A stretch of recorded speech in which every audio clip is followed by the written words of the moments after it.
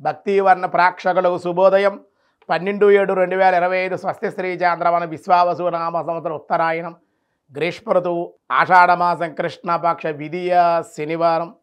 విధియ మధ్యాహ్నం 1:47 వరకు, ఉత్తరాషాఢ నక్షత్రం ఉదయం 7:28 వరకు, వర్జం మధ్యాహ్నం 11:31 1:08 వరకు, దుర్ముహూర్తాలు ఉదయం 5:35 నుండి 7:19 వరకు దుర్ముహూర్తాలు, సూర్యోదయం 5:35, సూర్యాస్తమయం 6:35, అమృత రాత్రి 8:15 నుండి 10:52 వరకు అమృత గడిలు, రాహుకాలం ఉదయం 9 నుండి 10:30 వరకు రాహుకాలం. అలాగే విష్కంభయోగం రాత్రి 9:01, తైతులకరణం మధ్యాహ్నం 1:55, గరంజి రాత్రి 1:47 వరకు. దినారంభ చక్రంలో ముందుగా ఈరోజు మేషరాశి వారికి అనుకూలతలు, దైవ దర్శనాలు, గృహానికి సంబంధించిన వ్యవహారాలు ఈరోజు అనుకూలం. వృషభ రాశి వారికి ఉద్యోగం మీద బదిలీలు, అధిక ఖర్చులు, స్నేహితుల వలన ఇబ్బందులు ఉండే అవకాశం. మిథున రాశి ఈరోజు నిదానించి మాట్లాడుట మేలు, తల్లిదండ్రుల రాక, ధనవృద్ధి. కర్కాటక రాశి ఆరోగ్య లాభాలు, వ్యాపార వ్యవసాయంలో అభివృద్ధి, ధనధాన్య లాభాలు. సింహరాశి వారి నూతన పరిచయాలు, శత్రువృద్ధి, కార్యాల్లో జాప్యం జరిగే అవకాశం. కన్యారాశి వృత్తిరీత్యా కొన్ని ముఖ్య నిర్ణయాలు తీసుకొనుట, రుణబాధలు ఉండే అవకాశాలు. తులారాశి వారి విద్యయందు అనుకూలతలు, బంధు ప్రశంసలు పొందే అవకాశం. వృశ్చిక రాశి నూతన వస్త్రలాభాలు, విద్యార్థిని ఉద్యోగ ప్రయత్న అనుకూలతలు.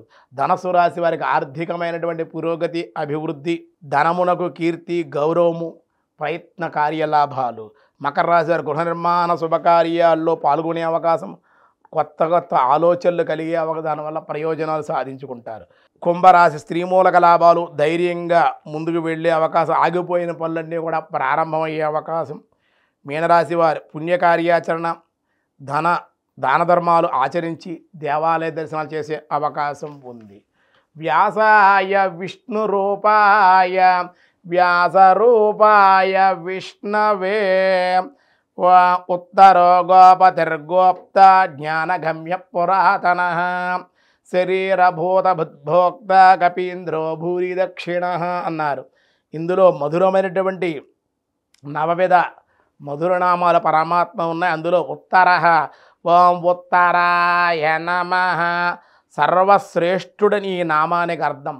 పరమాత్మే అందరికంటే శ్రేష్టమగుడ చేత ఉత్తరః అన్నారు.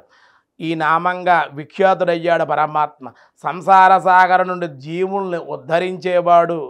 గాన శ్రీహరిని ఉత్తరహరి ప్రఖ్యాతి గాంచారు.